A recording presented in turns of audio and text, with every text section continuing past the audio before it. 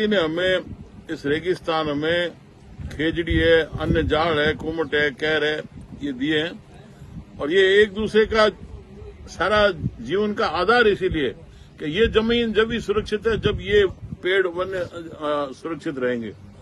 और इस सारे में अगर कहीं भी कोई डाका पड़ता है तो निश्चित तौर पर ये हमारे गांव को उजाड़ने की नीति होगी। और ये तो पहले से हमारे तो वर्ल्ड बैंक के पीछे लगे हुए हैं कि जल्दी से जल्दी गांव खाली कराओ, शहर भेजो, जिसे कारखानों में सस्ते मजदूर मिल सके।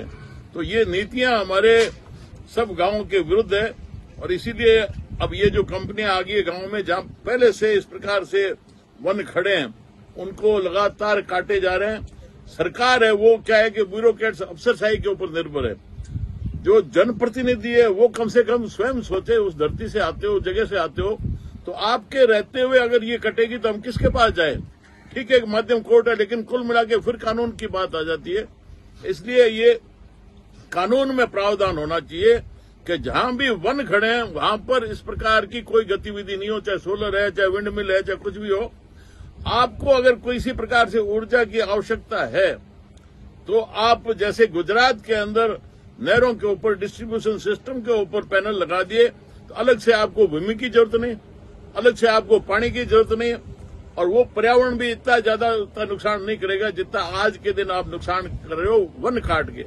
इसलिए यहाँ धरना स्थल पर जो यहाँ पर हमारे लोकल बिश्नोई समाज से जो सदियों से इस प्रकार से इस वन्य जीवों के लिए और पेड़ों की रखवाली के लिए लड़ते आए, संघर्ष करते आए, उनके साथ में आसपास के ग्रामीण जन भी आए हुए।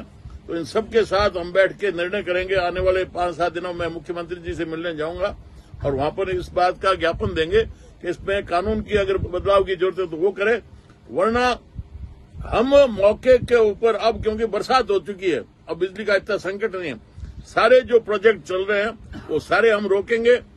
गांव के अनुसार ही हमारी शर्तों के ऊपर तय होगा, तभी हम ये काम करने देंगे, वरना यहाँ पर कोई गतिविधि सोलर प्लेट्स की ये नहीं चलेगी।